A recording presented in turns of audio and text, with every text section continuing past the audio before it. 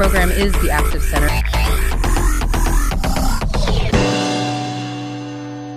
You know, sometimes a soccer match is way more than just a game. On the world stage, it can become a flashpoint. And for Iran's national women's team, that's exactly what happened. This is the story of how one single, silent gesture of protest exploded into an international crisis, forcing these athletes to make an impossible choice about their futures, their freedom, and their families. So what is the price of a silent protest? For these athletes, this wasn't some philosophical question. No, it became a terrifying, high-stakes reality they had to face down in just a matter of days, with their own lives and the safety of their loved ones hanging in the balance. Let's break down exactly what went down.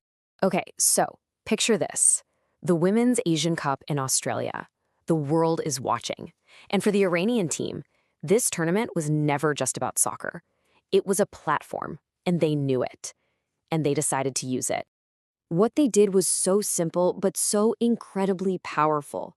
They just stood there, silent, during their own national anthem.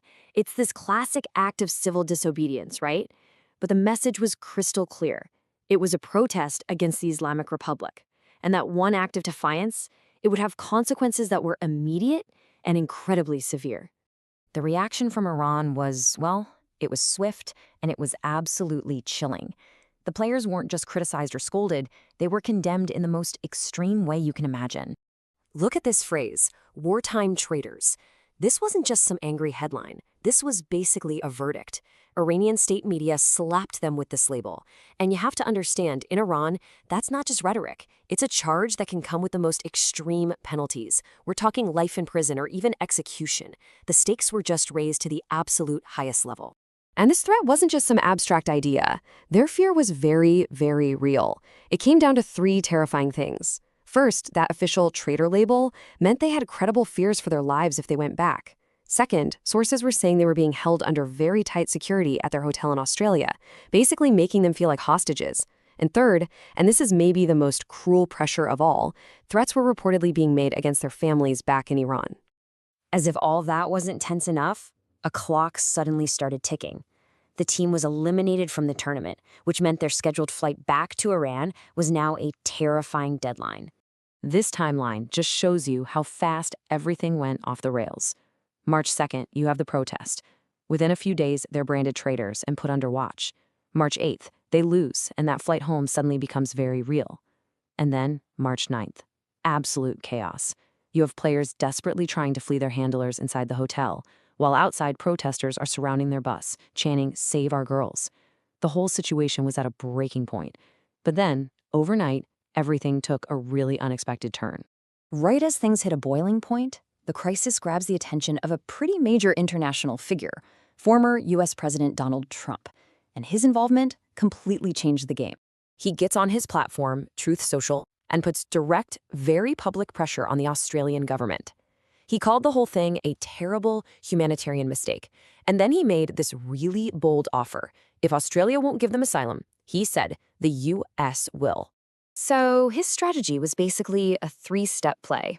First, crank up the public pressure using social media.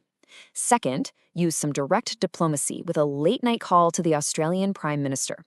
And third, offer a clear backup plan. Bring the players to the U.S. And it seems like it worked. In another post, Trump confirmed he'd actually spoken with Prime Minister Albanese and that action was being taken, that the PM was on it.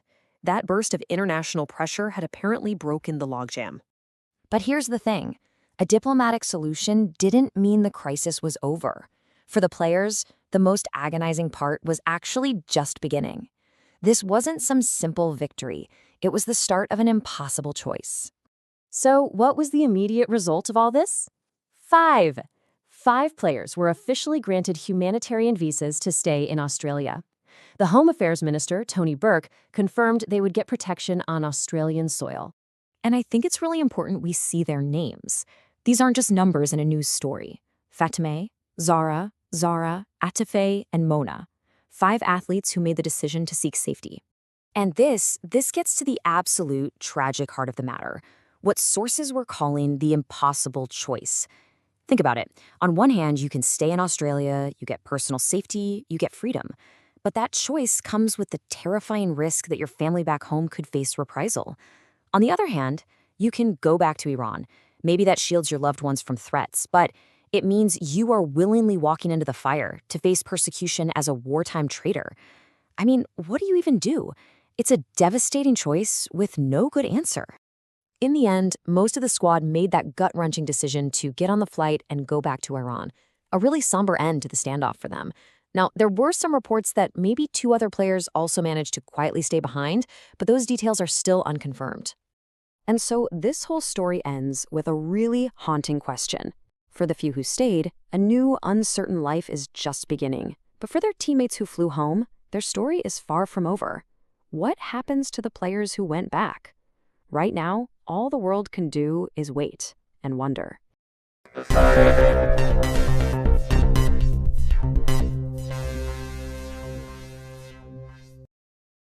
Hello, and thanks for listening.